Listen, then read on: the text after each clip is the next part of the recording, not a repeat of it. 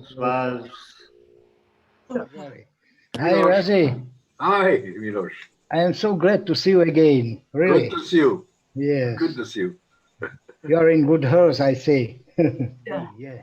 At Do you least know it that looks like today we should have been in Israel today, this day, today.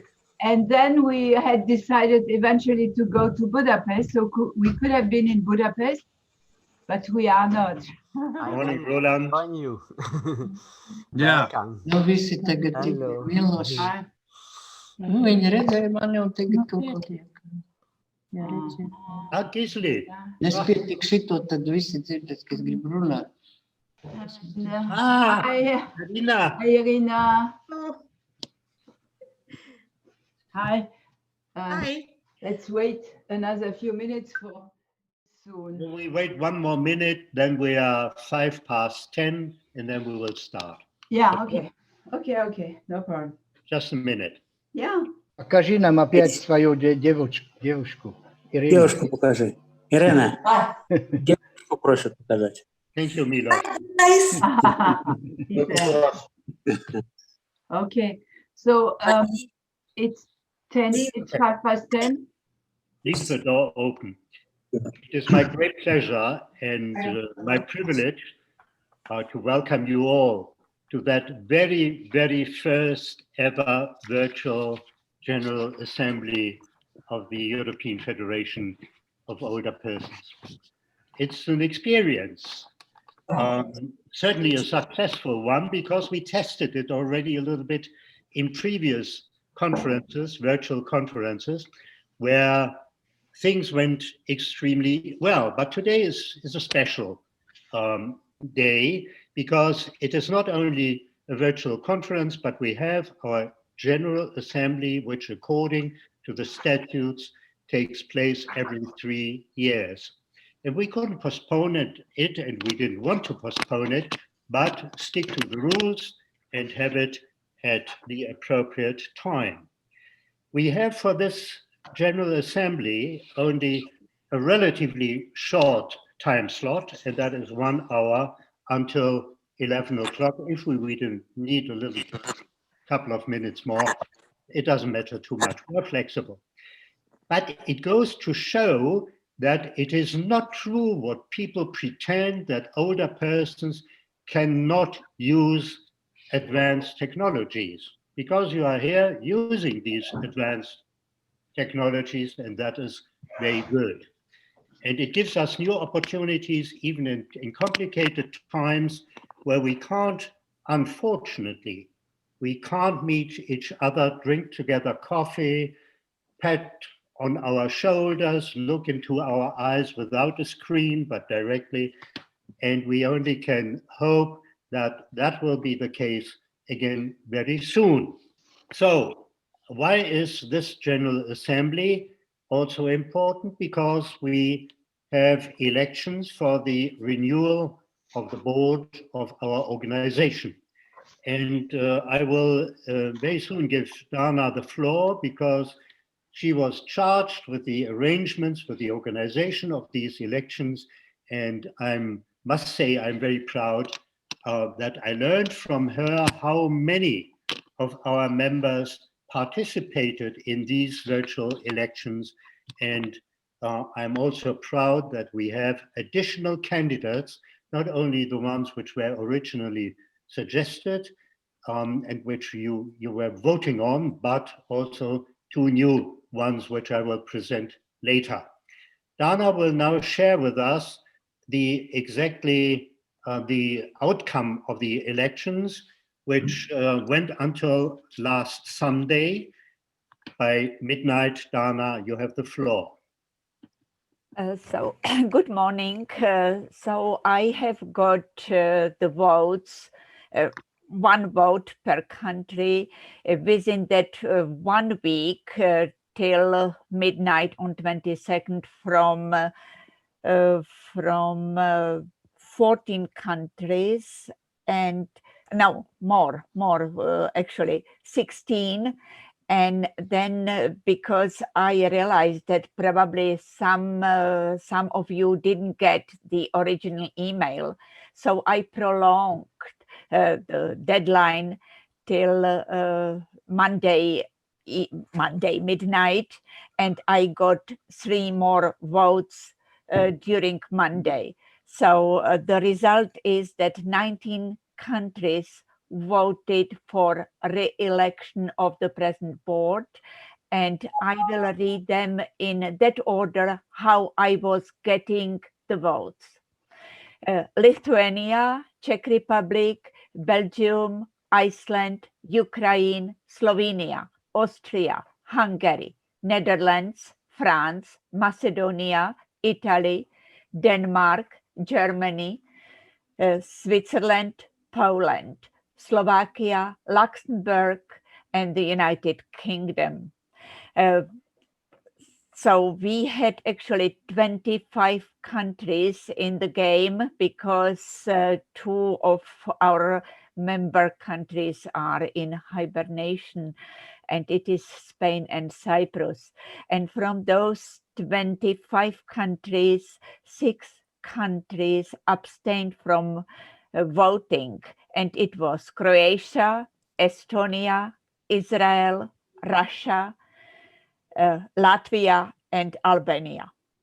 I have never got the votes from these 6 countries. I have sent you.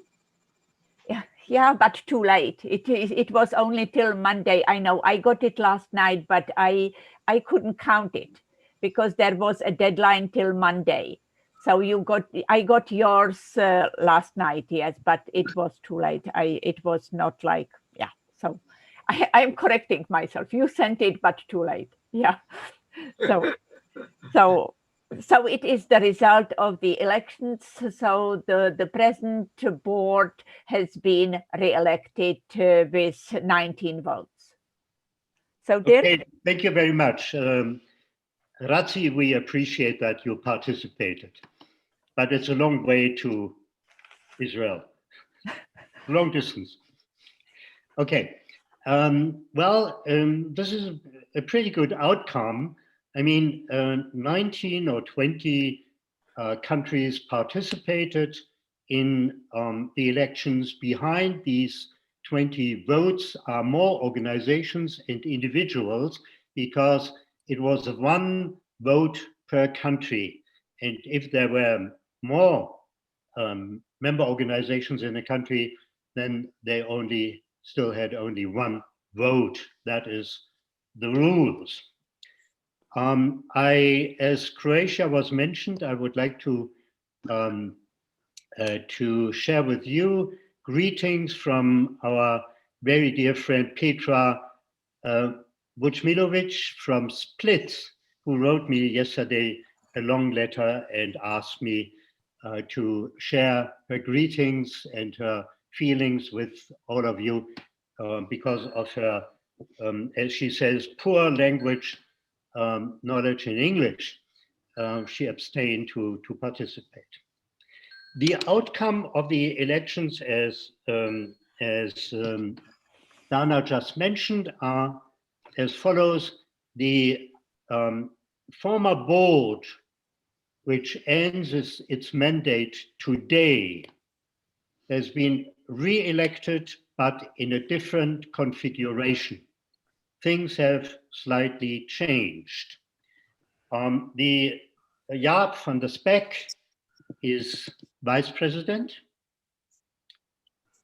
Milos Weiss has changed to treasurer and has taken over that responsibility from Jaap, who in the past had accumulated both the vice presidency and being treasurer for specific reasons. Now we have a highly competent new treasurer who concentrates on this, and that is our friend Milos.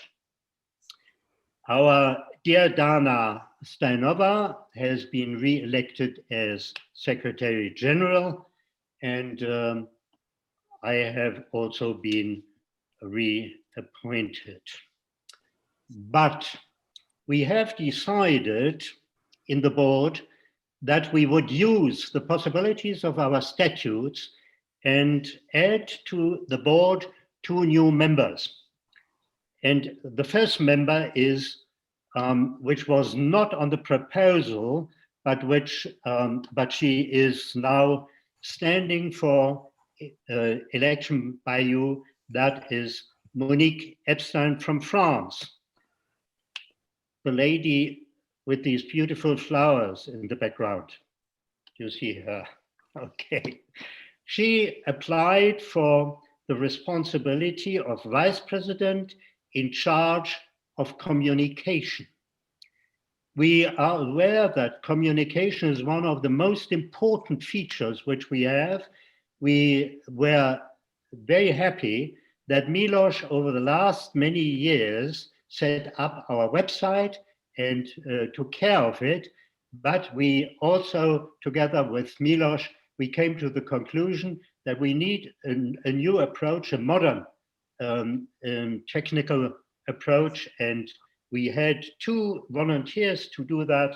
Monique Epstein in charge of communication and from France, and then our friend Roland Grunder from Switzerland, who is standing for the Chief Communication Officer. Both Monique and Roland have a lot of experience in setting up websites, in managing them, etc., etc. And I would like to ask you all for your approval to add them by this election appointment today to the board of EURAG. If you agree, can you raise your hands, please? Monique, even you.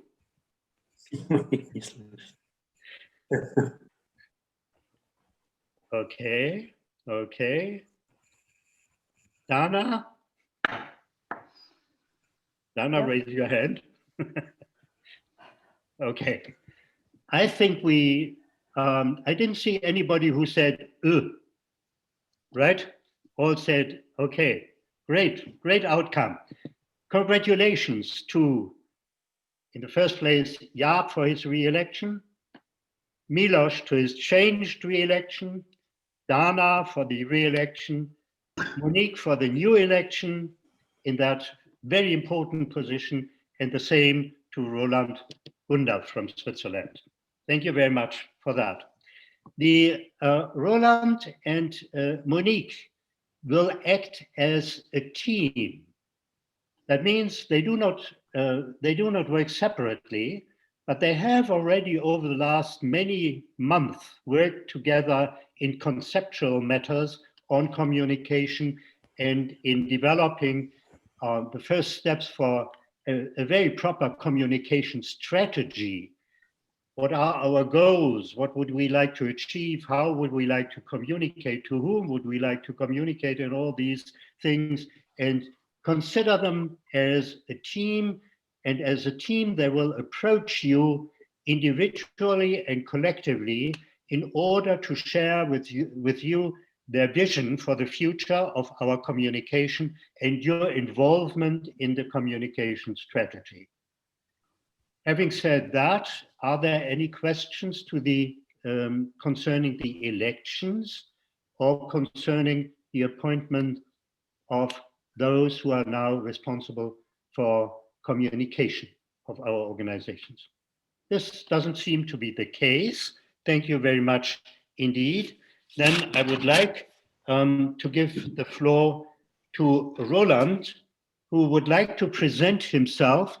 I would like to do it in a different way. Monique, you have exactly 2 minutes to present yourself right now. Yeah, but Monique, we sent, excuse me, we sent out Monique's, or Monique sent out her CV, but I didn't send out Roland's CV. Yeah, so I know, but that's why I gave him the chance to introduce. But they are on the same footing. Yeah.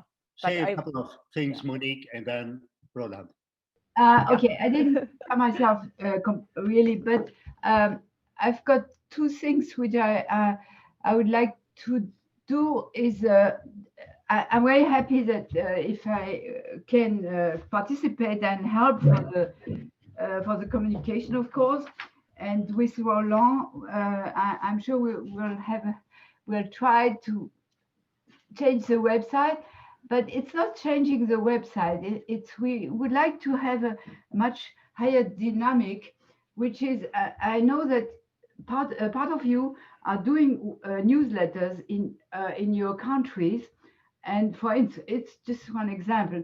And I think it would be wonderful if we could publish these newsletters every month, every 3 months, it doesn't matter, whenever it comes out on the website. And it would be, the website would be more liveful. Oh, that's one thing. So I think that we are going to send you much more emails to ask you to send us everything which is new and interesting, and we can put it on the website, and then people will go to the website and see from time to time if there's something new and so on. So we'll have to think about it, eventually send out newsletters, but okay, it's enough today. Okay, thank you very much, Monique. Roland, can you unmute? Vladimir came in. Vladimir is a host, invited host from. Okay. Yeah, Roland, please. Yes, thank you very much. Hello, everybody.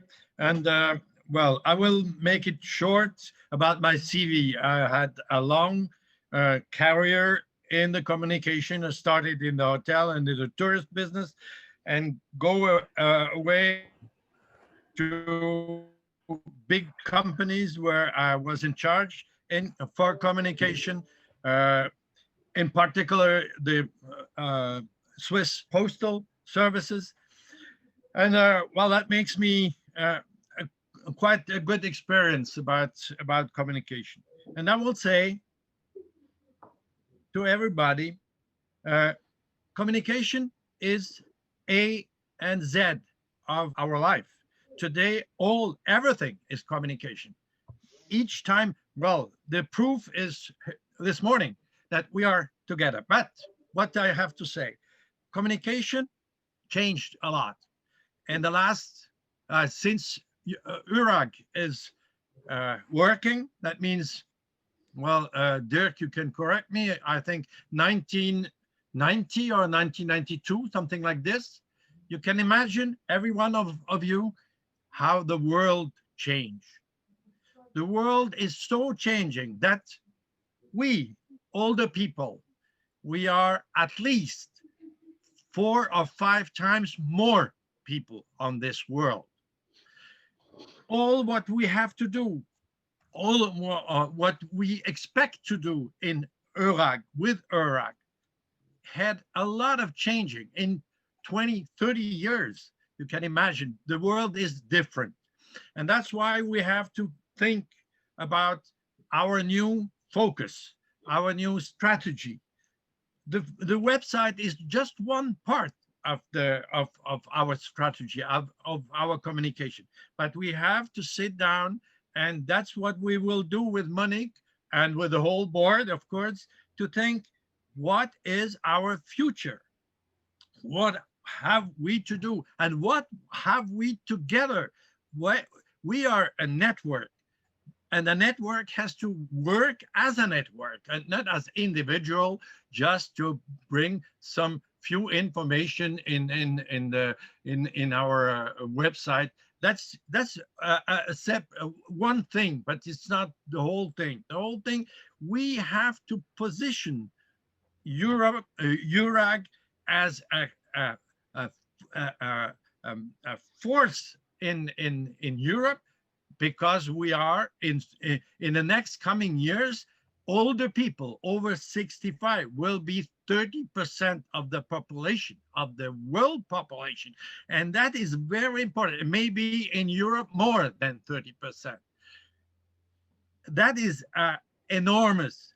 And we have to represent those people against the politician, press, media, and so on. That means the communication will be very important, and that is our work in the next coming years. Thank you very much, Roland. We share the same kind of vision, that is obvious, and I'm very happy that we have this very good team for the future, for the next years, and that we can work with all of you very closely. You know that we are all volunteers. You are volunteers, we are volunteers in the board, and that volunteering is also the glue which keeps us together. The joint objectives, the joint mission, the joint efforts, and also solidarity in work that everybody contributes to the future of the organization. Having said that, I would like to ask all the old and new members of the board if they accept their mandate for the next 3 years. That is a formal thing I have to ask you all. Yeah? I'm happy to do it for 3 years in the future. And thank you for the trust you have in me. Good, thank you. Milos? Milos, you have to unmute yourself. Milos, Yes, I am game. Okay. You agree? Yeah, yeah. Okay. Thank you. Dana? yes, I have to. Dana always says, everything falls in the first place on my head and on my shoulders. Well, go on being strong, Dana. Monique? I agree. I do agree. Okay, thank you. Roland? I agree. Thank you very much. So we have our team together, and I'm sure that we can work for a bright future of our common organization. In the year, I think it was 2009, we faced a situation where we looked back to a couple of years where a new organization was created at European Union level called the Age Platform. The reason for the creation of the Age Platform was that the Commission encouraged the foundation of that new network by saying we have so many different organizations in the member states dealing with aging matters, representing older persons, etc. It is impossible for us to do that on an individual basis. The same reasoning, by the way, led to the creation of the social platform, to which I will come back in a couple of minutes. The Age Platform was, since its beginning, and it was initiated originally, as I said, by a political body, by the Commission of the European Union, to facilitate the dialogue between older persons and their concerns and the European institutions. The Commission also said, okay, if you do that, we cover your budget. We start by covering your budget fully, and later our contribution will be reduced step by step, a little bit for a little bit, etc. This creation of the Age Platform led to the fact that many organizations which were our member organizations in the European Union countries, excuse me, switched over, left EURAG and became members of the Age Platform for very simple and understandable reasons, because the Age Platform had also enough money to cover the travel expenses, etc., of their members, and to make sure that the whole system functions. We looked at that a little bit sad about the loss of some of our member organizations. We must admit that.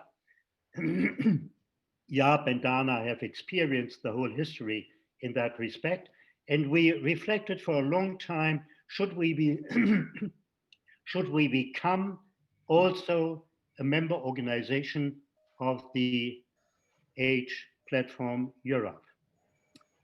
In the year 2009, if I'm right, we then decided, yes, we will become a member, an international, and not a national, an international member organization of the Age Platform Europe. This decision meant two things. In the first place, three things. In the first place, that we had to pay membership fees to the Age Platform, but the Age Platform, on the other hand, refused to become a member of EURAG. It was a unilateral decision, not one which was on both sides. And bit by bit, the Age Platform tried to take over relations and functions which we had as EURAG to integrate them into their own program, and not only deal with the European Union, which was their original mandate, but also to set up new relations with WHO in Geneva, with the United Nations in New York and in Geneva, with the Council of Europe in Strasbourg, etc., where we, before that, were the only representatives of the world of older persons in Europe. And we represented, mind you, a much larger membership than Age Platform. Age Platform was with national representatives from the 28 member states of the European Union, while we, more than 60 years ago, started by having members across the whole European region, even in Soviet Union dominated countries, in the Eastern Bloc, etc., because we said aging is a phenomenon which is transnational, which concerns us all, our societies, etc. And it was extremely beneficial for us to work together with very different systems and to see what the situation, the living situation, the concepts of policy making, etc., was in the various different states, be it Poland, be it Hungary, be it whatever. And that was a very good thing which we maintain and which we cherish a lot. That is this large transnational concept which we have. Now, what happened recently, and I represented our organization at the General Assembly at the Council of the Age Platform, and the Age Platform has decided to raise its membership fee twice, this year by 5%, and the year after again by 5%. Now, that was a problem for me to say, can I be responsibly vote positively to such a decision where we do not raise our membership fees, because we know exactly that our organizations do not have large material possibilities, that we also have a lot of individual members, etc. And we do our work, which is a specific one. And should we support with additional membership fees, with a higher membership fees, an organization which gets already a couple of 100,000 euros from the European Commission? Is that justified? Does what we get from the Age Platform is worthwhile paying more and more and more? Do we get really something which where we can say it's worthwhile? Is our role in that organization so important? Can we influence the decisions in a way that it matches our vision and our desires and our objectives? I came to the conclusion that this is not the case.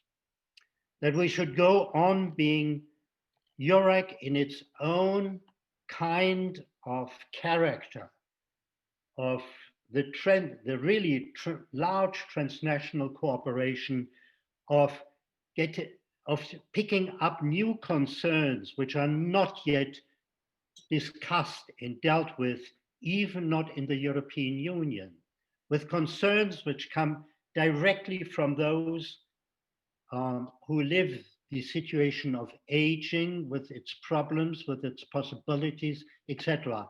I looked back into what we did in the past, and what we said already 15 years ago is partially today on the agenda of the European Commission, of the European institutions, and of the age platform and other organizations. But we got it earlier because we are so close to people like you. We could say, this is a problem which is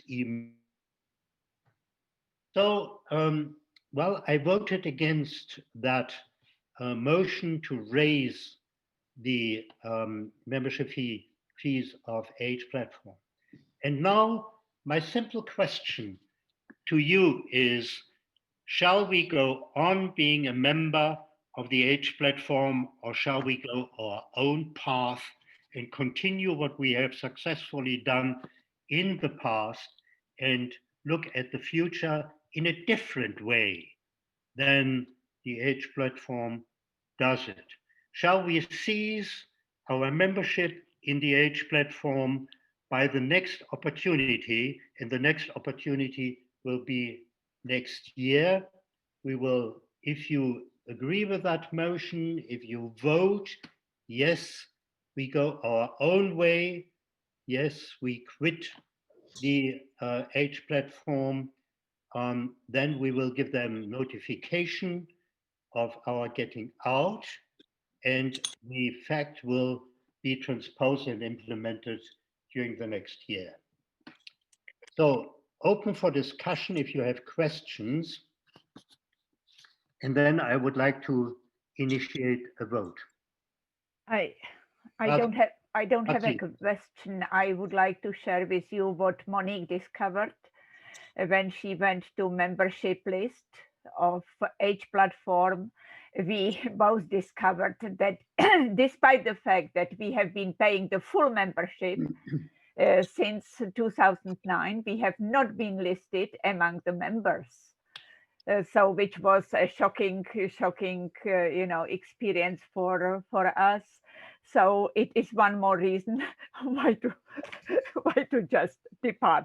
No, it is like a joke, but I fully support Dirk's proposal. So, but yeah, but now the discussion is open, and I can see that Paul Anker wants to say something. Horaci was the first, and then Horaci and Paul. Yeah. Dirk, to your knowledge, the knowledge that you accumulate during being member of Age Platform, do you think that we had, I would say, enough contribution from Age to make stronger our case? The meaning is, or my question is, are we really gained, and what are the gains that we got from being a member of Age Platform? The answer is relatively simple. The answer is a no. Because for different reasons, and that must be understood properly. We have in our organization, in EURAG, members, national members, that are at the same time members of Age, of the Age Platform, in which transmit their concerns also to the Age Platform when it comes to European Union issues. And in our organization, they transmit their views, their broad views. That is one fact. The other fact is that H platform has never made an effort to contribute to the development or to the content work of EURAG. They have never done that. They never wanted to become a member of our organization. The only rights which we had is to get the information sheets, but that was mainly what we knew already about. Nothing too much new, some things, yes, but not too much. And I do not think, Razi, that our membership in Age was sufficiently beneficial that we can say it was a very, very positive experience. Well, that's answer my Okay. my question. My Okay. the other one is how they justified their demands for raising. They argue that they have so much work to do, and that they need so much staff, and that the union does not cover the whole budget, but only 80% of the budget, that they need more money in order to perform the work they want to do. But that you can argue in any case. Of course. Right? Well, that's the argumentation, the main argumentation. Paul. Yeah. They sent me such a table, and they have 10 paid employees, 10 fully paid employees, in comparison with EURAG, which is run by volunteers. Paul. Yes, I would like to agree with you, Dirk, that EURAG should take its own path. So I will not challenge the decision of leaving H. It seems for the moment to be a reasonable decision. But I would like to share my more general concern about this point. There is a general tendency from governmental side to weaken the influence of the civil society organizations right now. At least in Denmark, the tendency is to cut back on the governmental funding and support of the civil society organization. And this goes very often hand in hand with more and more hostile attitude towards multilateralism. And fortunately, EURAG is a strong organization. We do not depend on governmental support, and this is a strong position under these general circumstances. But we must at the same time realize that the result could be that the voice general of older people will weaken.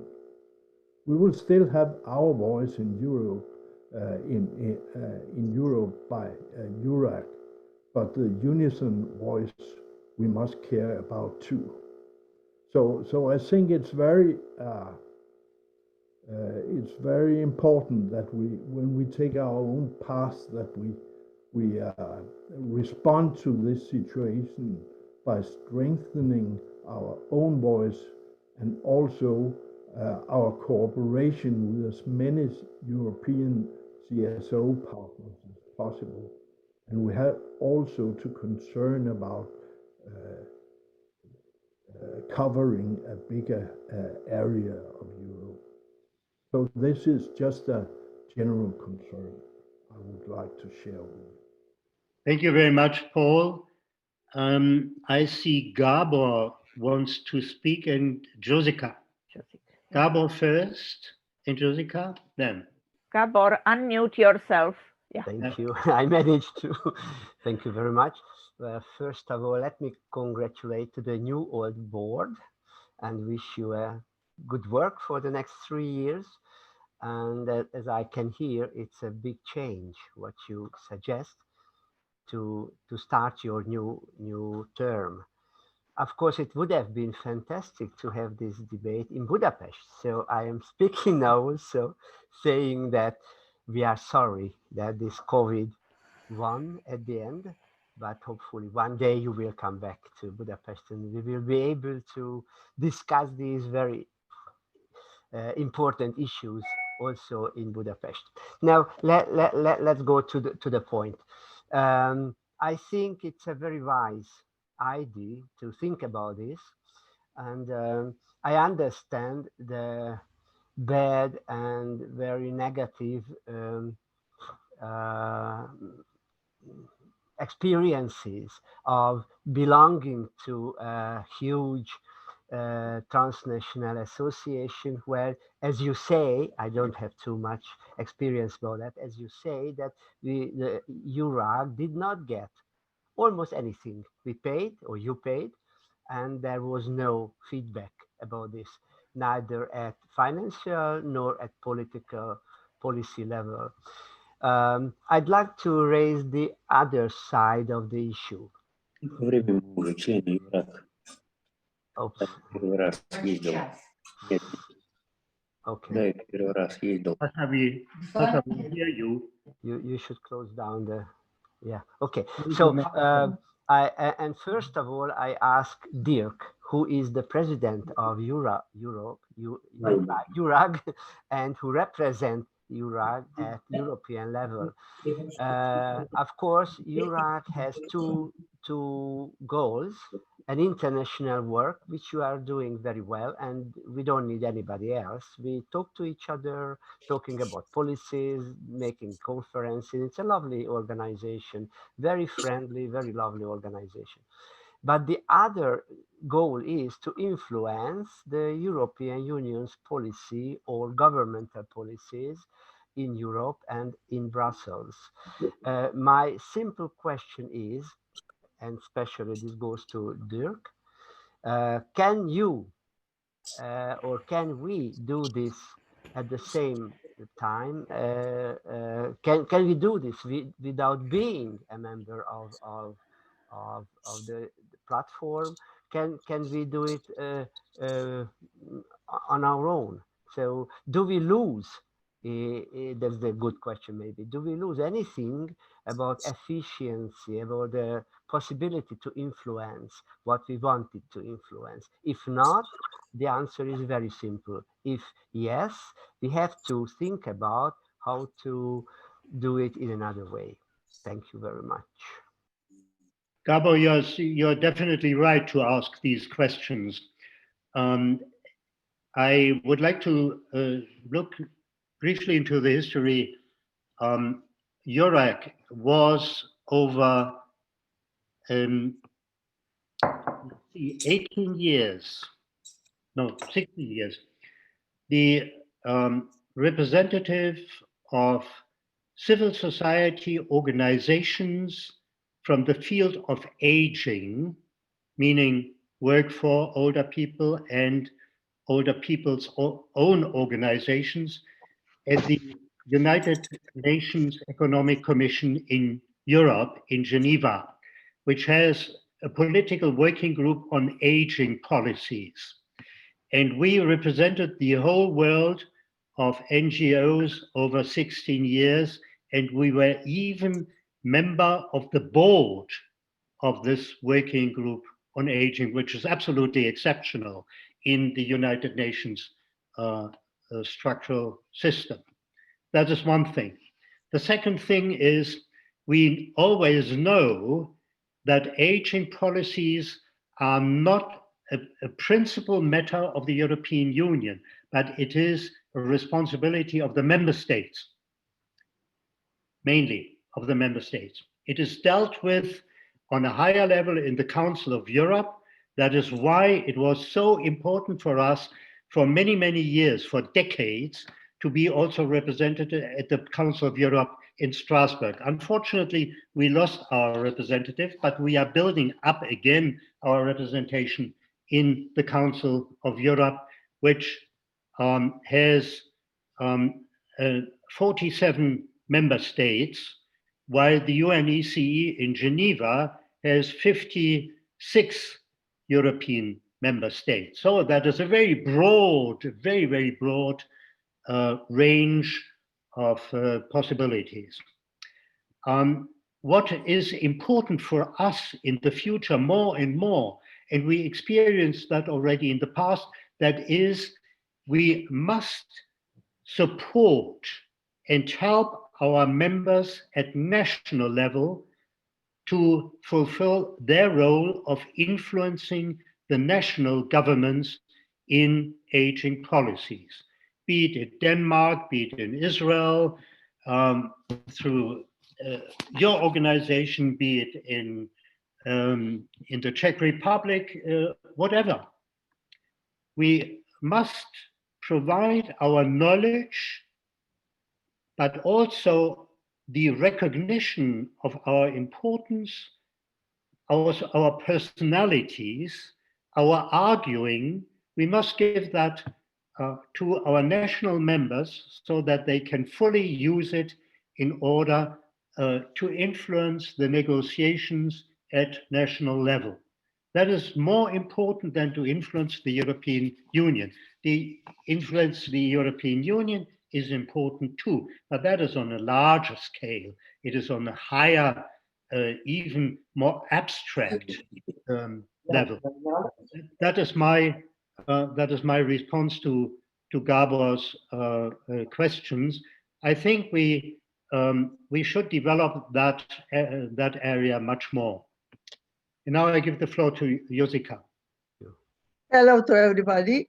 First, my congratulations also to our new broadened board, and I wish you successful work for the future. I would like to explain a bit my, I think, a bit special position, because I'm working in both organizations. Due to my responsibilities in my federation, I'm responsible for international relations as vice president. So I'm including in the work of H platform and also the member, as you see, of EURAG. Both organizations are for us in Slovenia very important. You know, we were first, and we were one of the first members of EURAG, and we are all the time the members, and we will continue because it is very precious organization, independent, with a lot of potential to propose something, to make impact, to influence on people, on decision makers, and so on. And also because with its broad membership, it is competent to bring some other views in the framework of European Union. It is precious. You don't know how it is good, because people working or organizations working within H platform, they are looking only in the framework of the European Union, and their as I scarce, their future, their problems and their issues and so on. And we bring something new from other parts of the world. But as H platform concerns, they are very, very near to European Commission. They are all the time online with different directories. They know, they have all the news, they have all the information we need for our work.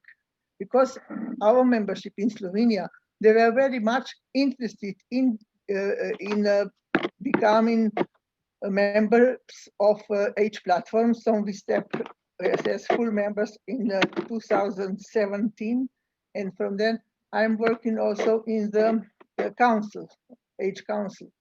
But I would like to say that both organizations for me are precious. I will not try to impact on your decisions. If you decide that EURAG will be independent and not anymore the member of H platform, we will continue to work in the EURAG and also in the H platform.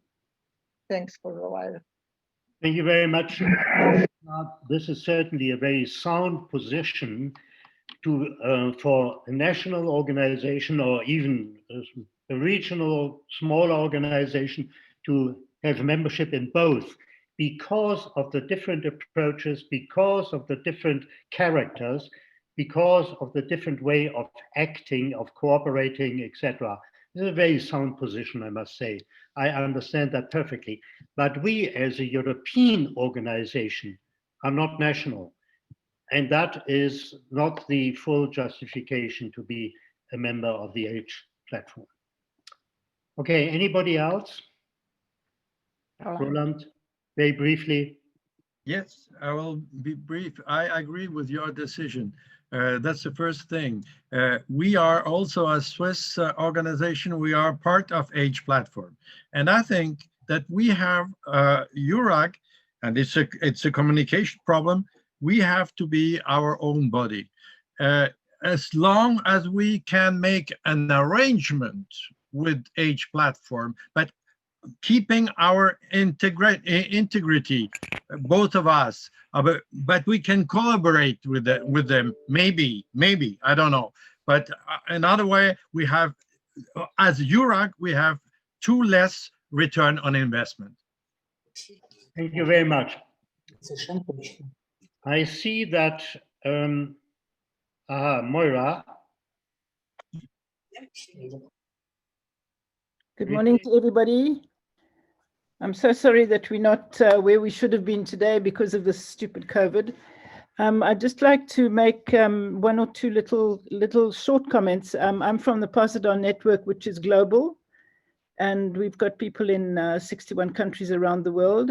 And I just feel that it's quite interesting at this point in time as far as Age Platform is concerned, because there's been this change of secretariat. And I think that the members' voices have been heard by the new Secretary General, and that there is, it seems, there's going to be a new effort to collaborate much more closely with member organizations. So just put that there. And then just simply to agree with two previous speakers that we find a lot of valuable information gathered on that site. But I know how much Dirk contributes in this whole field, both globally and European-wise and locally. So his advice is very valuable in this sense. It just seems to me that it would be very good if we could do something, as Roland suggested, to make some kind of a negotiation with Age Platform, and to strengthen our mutual voices, because division is maybe not the best thing at this time. That's all I'd like to say. Thank you. Thank you very much. That would mean we do not need to be a member of Age to negotiate with them a cooperation. Exactly.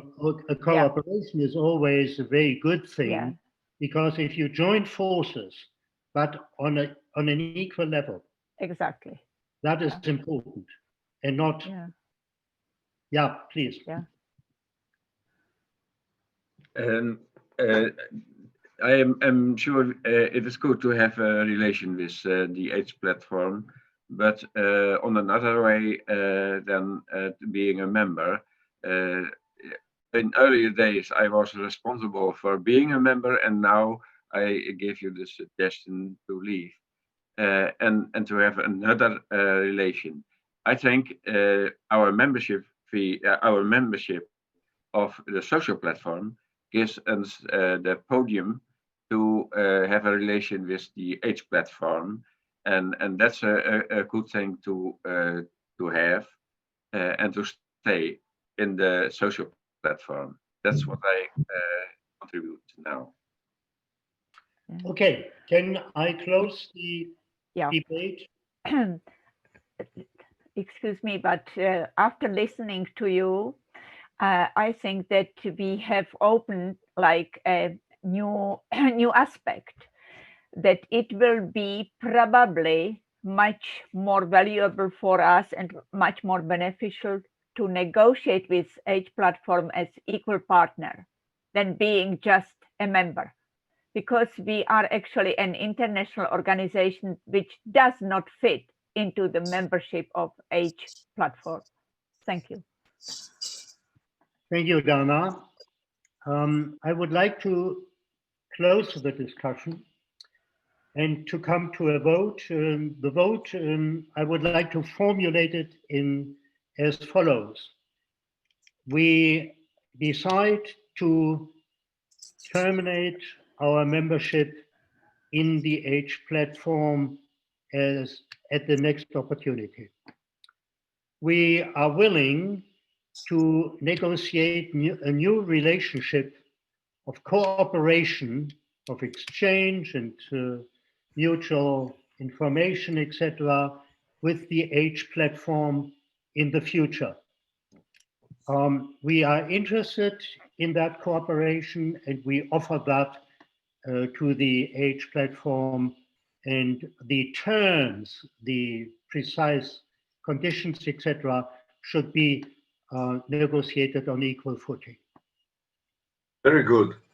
Very good. Can you raise your hands if you agree with that?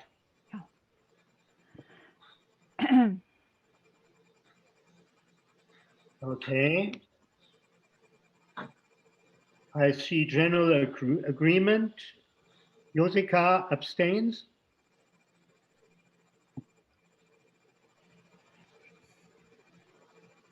Josika. I abstained. You abstained. Okay. Yes. We note that Josika abstained. I didn't see anybody else who abstained. Ah, Sasha. Yeah. You abstained. I don't agree. Yeah, I vote. Yeah. Okay. Yes. Yes. Okay. Great. Well, thank you very much. That we will inform the H platform accordingly in very nice terms. We will thank them for the past. We put that on a new basis, and we look forward to a mutual enriching relationship during the coming years. Milos wanted to, Milos, sorry. It is what I was pointing to you, that you didn't follow the protocol. Okay. Excuse me, Milos, No problem. You counted very well. So one abstained and all other are for. Yeah. Yes. Okay. Thank you very much. Yeah. We have already 3 minutes after 11, but we still have an important point to cover, and that is a short report over the last 2 years in our financing situation about the budget. We have a switch today from Jaap as the until today treasurer, and Milos takes over by this afternoon.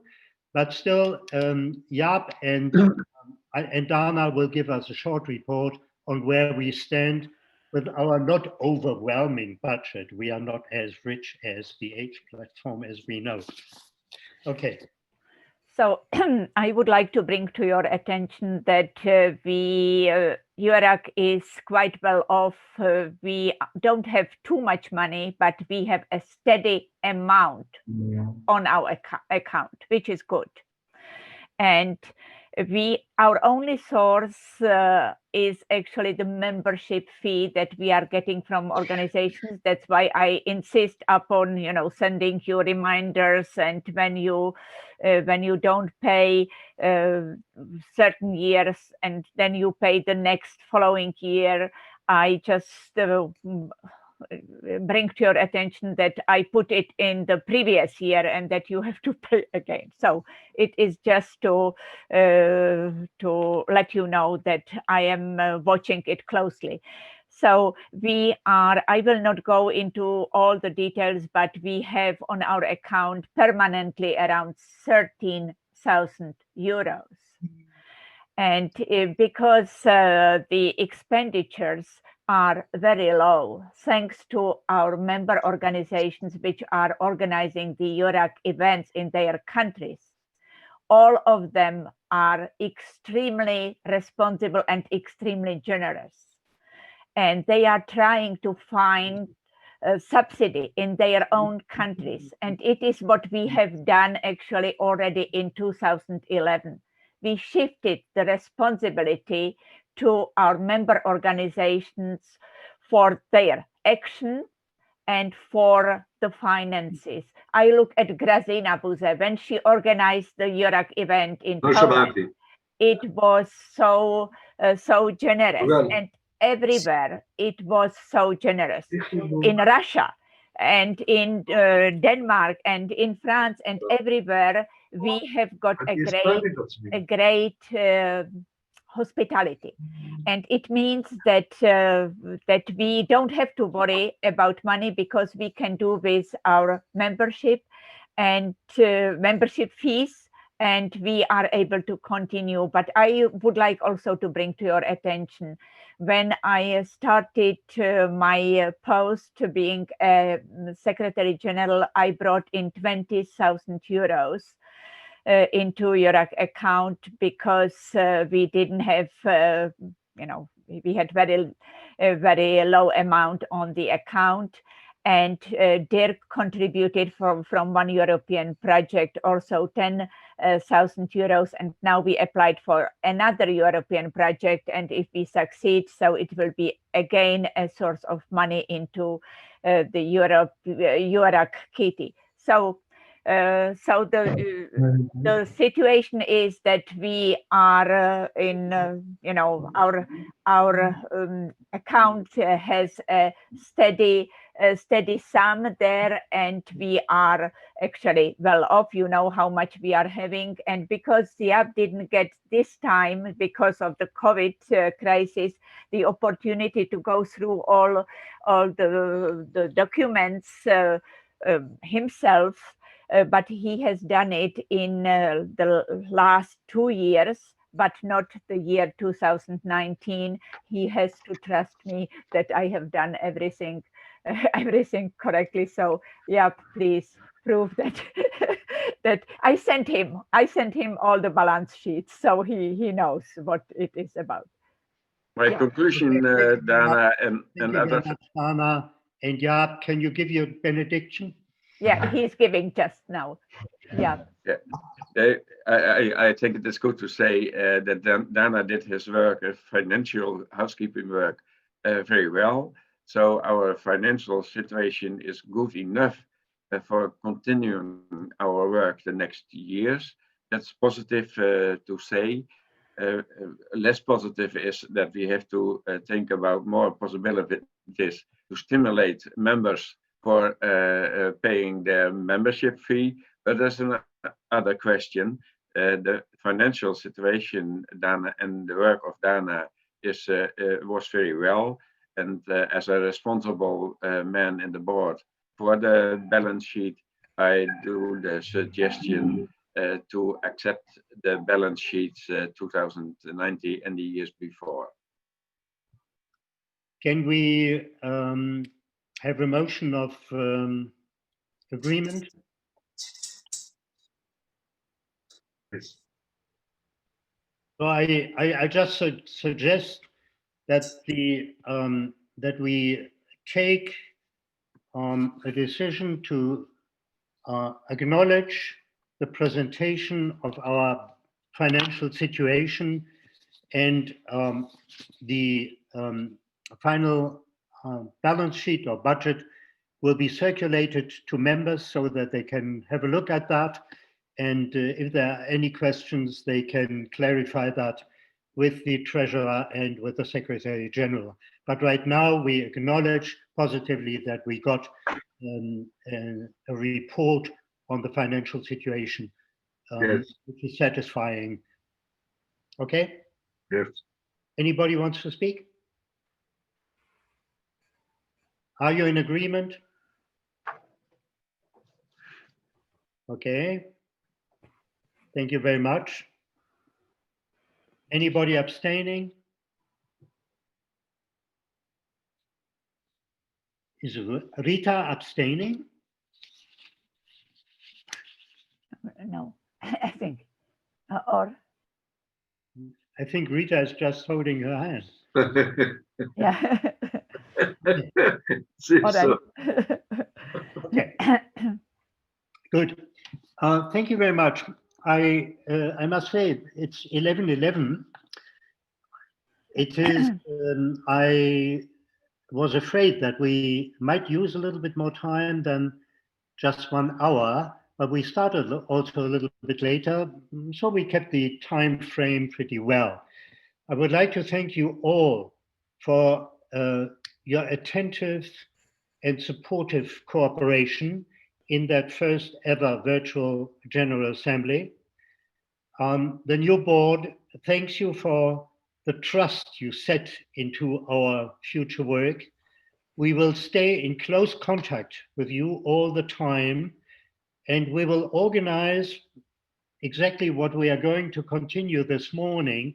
We will organize regular Zoom meetings, Zoom conferences on topics, on topical issues where we can exchange what are our opinions, what our experiences, what are our visions, how to make the world for older persons better, and how to address the challenges of an ever-aging society in Europe. And not only in Europe, but also beyond, because we contribute also as EURAG to discussions beyond only the frontiers of our continent. So thank you very much indeed.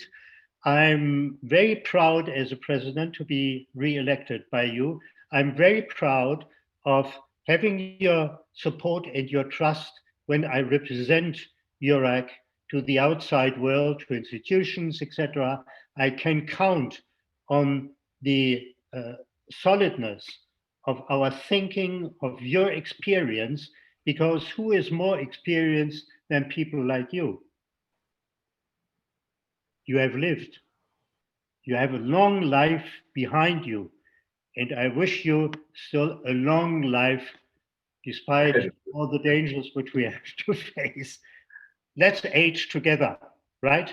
Thank you. Great. Now I would like to give the floor to Monique, and Monique will introduce our 5th Zoom meeting. So I suppose that now we can continue as we did last time. I mean, in the last meetings, that means we have a subject which Dana sent to you, which is more or less about preservation of possible development of mutual and physical potentials of older persons during COVID or Corona, and because we have, I think we will try to talk. Each of you will have 2 minutes, because otherwise it's going to be too much this time. And Dana will give the floor to everybody in alphabetical order of the countries, I think. And we should begin right away, because there's not much. We have 45 minutes, 40 minutes for the for 2 minutes each, and then a little discussion. I mean, okay, we are not on 5 minutes exactly, but anyhow. So I think it's Dana who has to begin. Thank you, Monique. Thank you, Monique. So I would like to give the floor to Mira Pirdeni from Albania. Mira, are you with us? No, she's not there. No, she's not. So we are going to the Czech Republic, and I will take the advantage of already having the floor, telling you that because I am in charge of EURAG Memory Training Center and also of the Czech Society for Memory Training. So I have focused on these activities. I have done many Zoom memory training sessions, but it is a replacement, but of course it can't replace the real contact, and people are missing the socializing, to come together and to see each other, to be able to breathe the same air. So besides that, we have been having many programs like outside, because it was possible to go outside. So in small groups, Nordic walking, and even physical training on the screen that people could follow. So in our country, we have done as much as possible. I have Andrea Fritz here, who is also a member of EURAG. She is a language teacher. She is in charge of 7 language classes. They couldn't come together, so they have been at least through emails, Skypes, or Zooms. They have been sending exercises and so on. But it is a poor replacement of the real contact in reality. So, but you know, we have developed an effort to keep people alive and to give them some food for their thoughts. So it is on my behalf, and I don't know if Milos wanted to add, but Milos, do you want to add something? Not to you, but I want to say something, of course. Yes? Yeah, but yeah. Okay. Short. I can. Okay. So first of all, I want to take advantage of this moment and to say that I want to thank to you all, first of all, for cooperation with our website. As you know, I established our website 5 years ago, and all the past time I wanted to make the image of our association using all available tools and your contributions. Last week, the board decided to pass over the administration of website to Roland and Monique. So I want to wish them success, of course, and offer my cooperation, my help if they need something from my side, because 5 years it's enough long time of taking the experience. You know that I sent to you all the request to send me some additional information about your organizations. So I received 3 from in this moment. I forward them to Roland or Monique. They can publish them, and of course fulfill with the others contributions they received. So I want to thank you once again, and I hope that we all will do together our website better than before. So it will be more attractive. And now, if I was called to say about the topic of this, no more, Milos. Thank you. Thank you. No more time. You used the time for different topics, so I'm sorry. Thank you. Denmark is now getting the floor. So Paul Anker, would you like to contribute to the topic? Let Peter speak on behalf of Denmark. Peter Hansen. Yes, can you hear me? Yes. Good. I can say that it has been, like in any other country, severe problems for the older people with this pandemic. But when it comes to the international work with seniors, we have started some very interesting talks with other countries, for example, Finland and Russia, in order to make virtual meetings so that we could compensate for not being together. Of course, we, like anyone else, hope to be able to meet breathing the same air, as you said. And then I want to stress the fact that especially the very fragile part of the old people have suffered a lot. What we have a lot of focus on in Denmark, that those people have been isolated for such a long time, and it has now been made possible in the nursing homes to have them to receive visitors in special normally outside rooms. So that is what we are focusing on, but I'm interested in listening to other countries, so I think it's enough for now. Thank you very much. And now France is getting the floor. So who will be speaking on behalf of France? Because we have such a limited period of time. So, Monique? Yeah, I'm going to trying to be short. One thing I want to say, something positive. I think COVID, the positive thing about COVID this period is that it forces people to understand more deeply what is important for them, which means because you have to fill your day, your time. And if you think you don't want to spend all your time watching TV or doing silly stuff, I would say, you begin to think, what really do I want to do? Which I'm not doing just because a neighbor is doing it, but because it corresponds to my personal self.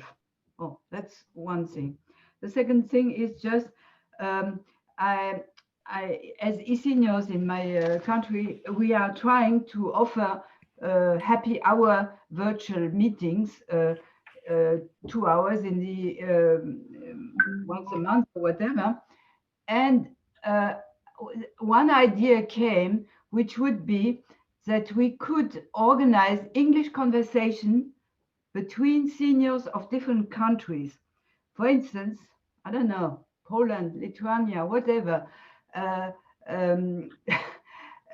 Slovenia, I don't know. If some seniors know enough English to be able to make English conversation, we surely have in France some people who like to talk English, and we could do that. If somebody is interested, you should tell it to me. It could be also in other languages. We even thought of doing that in Russian. Okay, that's all for me. Thank you. I have to laugh because it is what we are practicing here, our communication in English, and it is not our mother tongue for most of us. So thank you, Monique. So I am going on to Hungary. No, Germany, excuse me, Germany. Christian, welcome. Christian Weinberg. Oh, you have to unmute yourself, Christian. Now we can't hear you. No? Yeah, perfect. Yeah. Yesterday we had a Zoom conference with about 70 centers all over Germany, the senior centers. At the moment they are all closed, but we are planning how work will go on for the elderly people in all these cities in the next year. So that is our situation in Germany. Thank you very much. And now Hungary, Gabor. Thank you very much. We experienced somehow the same what Monique was underlying, that actually there is a positive outcome of this stupid COVID epidemic, that we are forced to use technology. If you don't want to be apart from each other, we can't hug each other, but we can talk to each other. And actually we can share good ideas, and we can support each other. So in this frame, we have almost weekly meetings, Zoom meetings. And can you imagine, we decided to write a new law for the aged people in the next year, to put it to the government that they should, in the parliament, they should act as a real government for the old people, a new act for the old.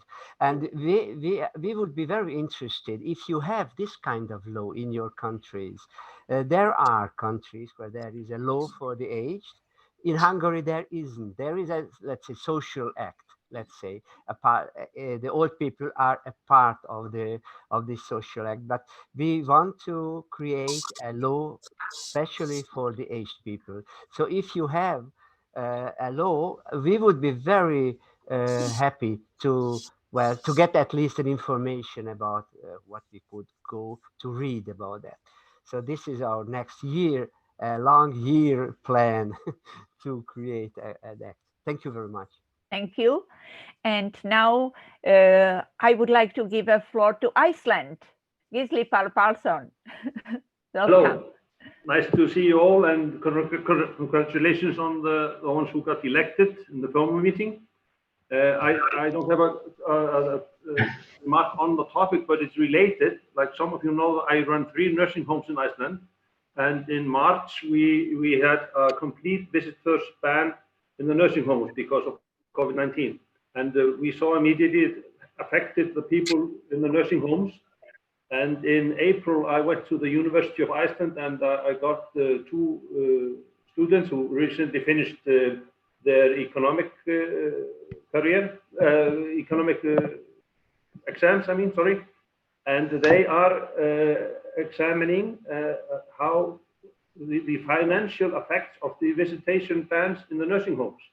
And they are trying to evaluate the financial consequences, the loss of health because of the visitation bans of the people, and the loss of the quality of life for the people in the nursing homes and of the people who are visiting them, their relatives. And they put money value on the time they could have spent together, and they also put money value on the time they are probably extending their lives because they're not getting sick in the nursing homes. We've had very few deaths of COVID-19 in Iceland this year. So it's maybe not nice to think of people's life as a monetary value, but we are going to use the results to be better able to decide next time when we have a big epidemic like this, if we're going to close the nursing homes and ban all the visitors there, or we will do something else. We will maybe go not as strict as we did in March. So it will be we'll probably have the results in January or February, and I'm really looking forward to it if it was the right decision to do, to close for all the visits to the nursing homes or not. So we will have at least the monetary value of it, and we are, because we're trying to evaluate the pros and cons. A quality added life, yes, it's called QALY. It's an indicator of how you value your life and your extended life and your life if it deteriorates. And when we'll have the conclusions, I will send it to you. The report will be written in English, and so you can take a look at it. Thank you very much. Yeah, it is a big discussion all over the European countries about this topic. So I would like to give a floor to Razi, Israel. We had so far 2,380 fatalities. Most of them are aged people. Most of them are in senior and sheltered houses. And the problem was that the social distancing caused raising in the violence in the country. And most of the violence has happened in private homes or apartments. And most of them were among old people. It's very interesting.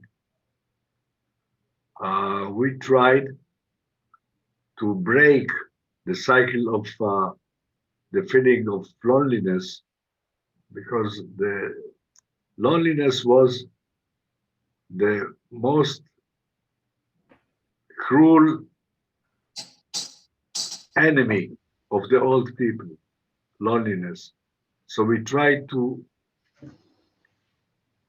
find all the lonely people and to give them the feeling that they are not alone. We did it directly by coming to their homes, of course, with all the limitations that we had to do, the masks and the distance of 2 meters and so forth and so on. And we try slowly to locate all the needy old people. So far, we try to make them be active again, because all the gymnastics rooms and gymnastics agencies were closed. So we decided to have a regular routine exercise. Each Zoom meeting opened with 10 minutes of gymnastic. Very good. Very good. Thank you so much. Every Zoom meeting, gymnastic. 10 Perfect. Thank you so much. I have to give a floor to the others, but it's very good to that you are with us this time. So is Dario Bracco from Italy with us? Dario. Monique, do we have Dario Bracco? I think no. No, because he registered. So all right. So I am coming to Latvia. Teresia Makare, are you here? Because they registered at the last minute yesterday. No, I can't see them. No. All right. So now Lithuania. I think Razi has spoken about loneliness, and this psychological thing is number one. We do the more technical things in all those things. We need to motivate the will, and not only the will, but love. I think love is number one because it comes from the heart, and people need that. Especially old people need that. In Lithuania is for to ease the social distance. There are in internet, some try in radio too. There are programs where the actors read topics, so psychological topics, and those topics are with the meditative music, and after that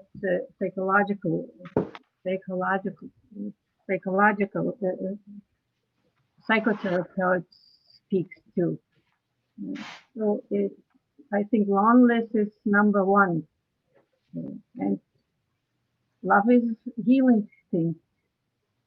But if you are in a nursing home, you can't do that. You can give this love only to your next. That's so short. Thank you. Thank you very much. And I would like to give a floor to Olga Murtseva-Skaric from Macedonia. Olga, yeah. Hello. Just yesterday, my granddaughter, 12 years now, asked me, Granny, I know how to use computer, tablets, smartphones. But Granny, what did you use when you were my age? My reply, my head, my dear, my head. Now we, the ones from our baby boomers generation, really we use our heads, but now to learn digital technology thanks to our children or our grandchildren. These days in Macedonia organization for pensioners, we published an abecedary prime book, ABC book, just for computer and internet use for adults. And many people, aging people from my country, will try now to be in prime class in primary school to learn, because we see that this is very important. But the problem for computers, for example, is to resolve this problem, maybe to ask to help somebody. And much more is this use, how to use them, the problem of learning. Somebody mentioned physical, psychological supports. Maybe I have here just a pomegranate as a gift to eradicate all disease, including COVID-19. And now in my country, we say we have also COVID-20.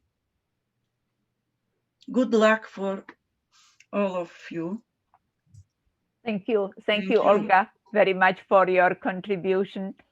And now we are coming to the Netherlands. Jaap, what is the situation in Netherlands? Dear friends, I think we have in the Netherlands the same problems and the same experiences as in all your countries. A special thing I mention you, we see a permanent pressure on all people, young, middle-aged and seniors, the pressure of the COVID consequences. And we see more and more psychological problems in the different ages. And now we have a discussion to protect older persons, and at the other side to give young people more and more space. And I think, and we think as older people, that's a risk for separation of ages. And so reason enough to fight for the rights of the older persons to be active and to participate also in these circumstances in the social society. So I'm curious about your experiences about the pressure and the separating older and younger people. Thanks. Thank you very much. And now we are coming to Poland. Grazina, welcome. Yes, hello everybody. I'm very happy to see you all after a long time. And congratulations to all the persons elected to the new board and new also duties. And I would like to say that, as you know, my organization is not the big one, but I'm engaged in a lot of activities together with different groups of seniors and groups which are working with seniors. We started these activities just at once when this pandemic situation began, and it was a lot of work to be done in order to reorganize doing that what we were doing. I fully agree with Olga when we are saying about psychological, mental condition. The best way is just to learn, not to stop learning. And it was, and it is always our goal in our association and me as a gerontologist to motivate, to inspire persons just to learn, to keep on learning new things. And that was a good opportunity to learn new things. And a lot of persons started to try to come into the digital world. And as we know from the latest European report about digital competences, it is not good in Europe, as you maybe realized. And in this age group between 60, 75, because the report covered only this age group, it is exceptionally bad situation. Of course, in different countries, it is a different situation, but it is not good. And that was our concern, how to be in touch with those who cannot enter our virtual meetings, which we are organizing all the time, every week, as often as possible. And we have used, I don't want to speak about the details, but we have conducted some projects which engaged all the persons who could participate in the online meetings in very creative and interesting activities connected with theater, online theater, and actually radio theater. And it was a very interesting connection of the digital competencies and learning other and gaining other competencies. That could be also used as therapy. And I would also suggest to connect virtual and personal possibilities, opportunities, and to organize some kind of hybrid meetings. For example, to implement the art activities as for example, theater activities in some nursing homes or other daily stay homes, in order to connect these two worlds, digital and real world. And I can only say that the good activity, purposeful, interesting, can also encourage and motivate persons to learn digital devices and how they work and to use them. And that was a very good experience in our projects. I can share the whole experience together with you. We have made the YouTube channel where we are, well, all our work is possible to see, to hear how we have worked for the latest actually 10 months. Thank you very much. Thank you, Grazina. It would be a good material for our website. Unfortunately, in our country, all the activities in nursing homes, including art and dances and theater, everything was closed. You know, now they stopped everything, and it is the worst situation that people are really bored and depressed. So I am coming to Russia. Alexander Artiniev is with us. Alexander, so welcome to our meeting. So we are so pleased to see you. Thank you. Thank you. First of all, thank you very much for this meeting. It was for me very important to be again to your friendly European family. You know, now I don't feel too much isolated. Now I'm with you again. Speaking about our activity in the country, in general, it was going on in the same direction. Do you hear me? So. Okay. It was going in the same direction because our groups are very active and they were proceeding to work with the different activities. First of all, we were intended to win the different grants to get money from government. We were very active and we did it. For example, we did very big grant from the Ministry of Labor. And for this money, we managed to organize education courses for 9,000 people. They pass these courses and computers and gadgets.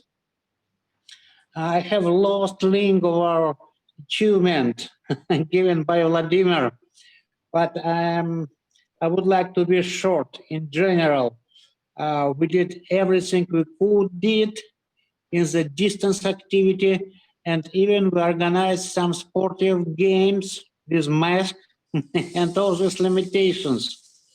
It was in the same way as we did it before. So thank you very much. You got a lot of interesting information for me. I'll try to transfer all this information to all our participants. Thank you. Thank you very much. And now I am giving the floor to Slovakia, Aneta Zubekova. Welcome. Aneta, yeah. The floor. First time, allow me to congratulate the new board and the new possibilities to increase the topics, as for example communication. I think this is very important for the next development. And now allow me some brief report from Slovakia concerning physical potential.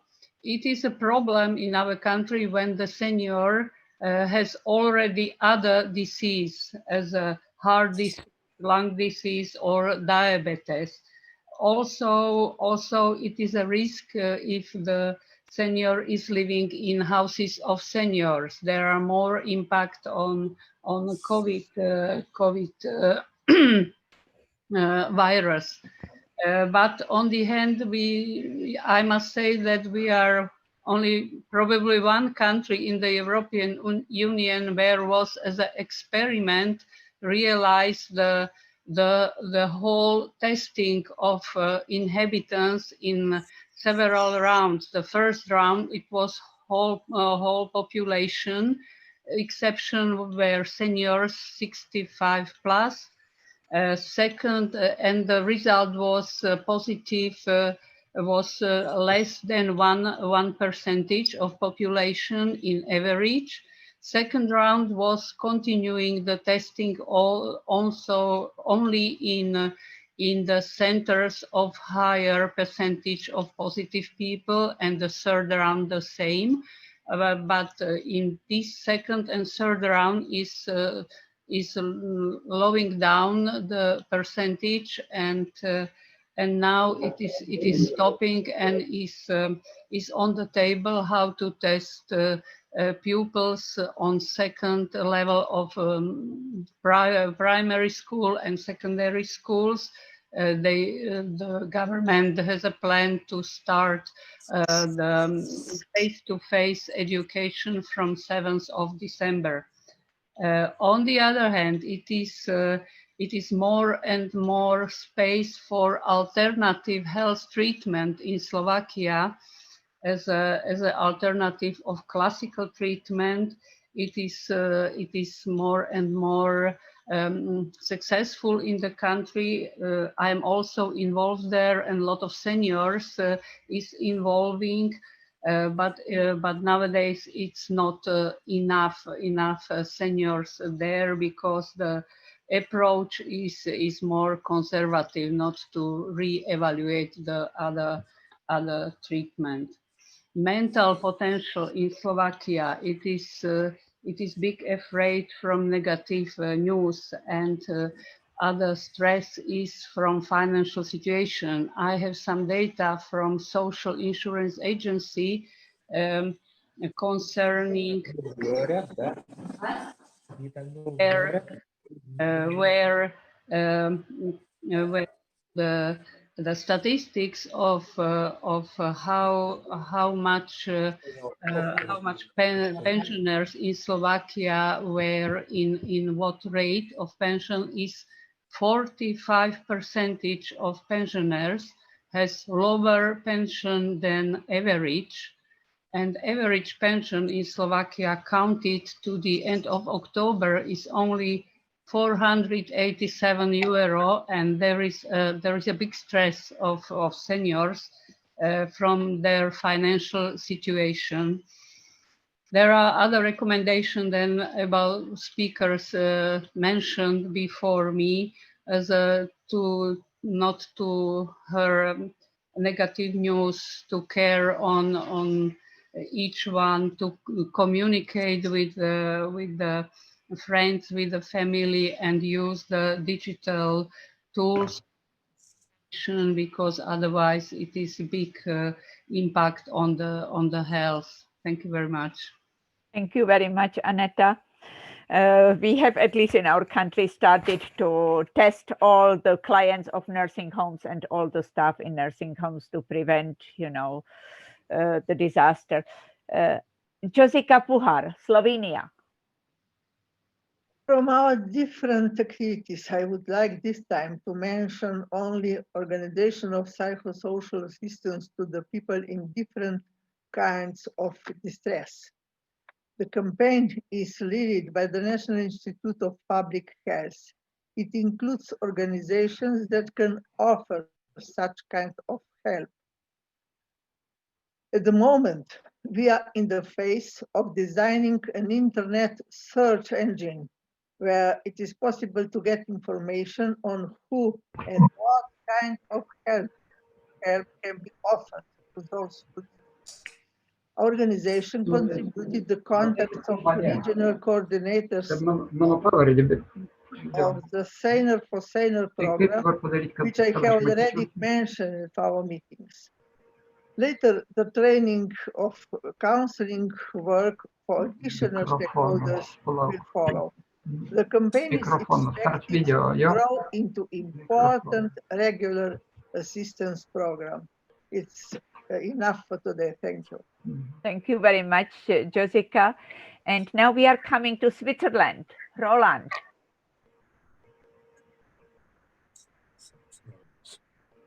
Yes, well, a lot of things have been said now in all countries. Switzerland is not very different. Well, maybe is to say that Switzerland has made a federal act, a special law about COVID. That was in September, and I think it's interesting. I don't know how many countries did that, but it's a specific COVID law where everything is in it. Of course, also for active people, and for us, for my association, it's too less. The part of the older people is too less, and we are working together with working groups with the government to change that, and that is one of our more important goal. That we saw in Switzerland, as you in all your country, two different categories: people in retirement homes and people at home. I would say only one example. My mother-in-law is 92, and I call her mostly in the evening one time, and mostly the answer is, "Oh, you are the first who I can talk to in the day." And that is the most important problem, the loneliness of people at home, because they don't have a social life, and that we are looking with the government that we can open that. It's coming slowly to, but the government has to say, you can have your grandchildren or you can't have them. In the retirement home, it's more worth. People are as in jail, and that is something we have to correct, and that is the way we are working as our association with the government to change this matter. I think it's enough at the moment in the 2 minutes. Within 2 minutes. Thank you very much, Roland. And now I have also on my list Valerie Woodgager from the UK, but I don't know if she is with us. She definitely registered. No, Monique, she's not. No, she's not, but there's something new. Butkus, who is Butkus? Yeah, but yeah, Paul Butkus, welcome. We already got the news from Lithuania from Rita.